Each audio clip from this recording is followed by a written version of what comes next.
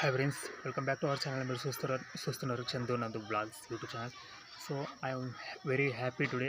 So ఏంటంటే అందరికీ తెలిసిందే, దేశం గర్వించదగ్గ రోజు. సో భారత్లో ప్రతి ఒక్క మనిషి కూడా కోరుకుంటున్నదే జరిగింది. ఏంటంటే తెలుసు కదా మీకు కూడా, పహల్గామ్ అటాక్.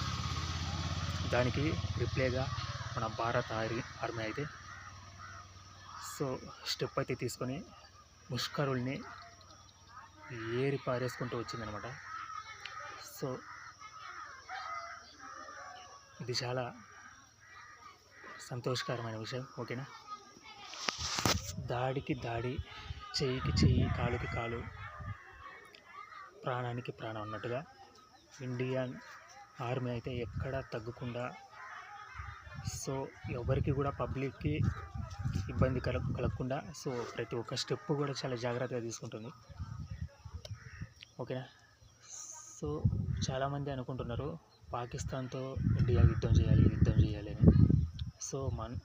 నిజం చెప్పాలంటే యుద్ధం వల్ల మనకి ఒదిగింది ఏమీ ఉండదు.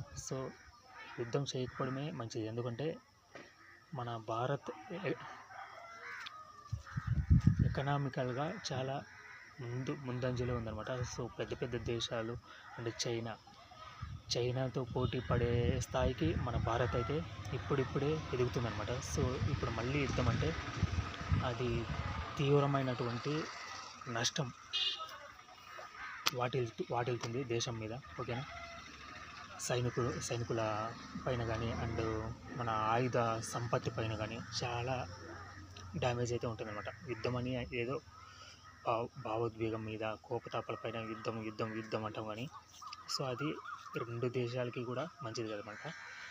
వాళ్ళ సైడ్ ఎంత నష్టం ఉంటుందో మన సైడ్ కూడా ఎంతో కొంత నష్టం ఉంటుంది. ఓకేనా, పాకిస్తాన్తో మనకు యుద్ధం అవసరం లేదు, పాకిస్తాన్ ఆర్మీతో మనకు యుద్ధం అవసరం లేదు.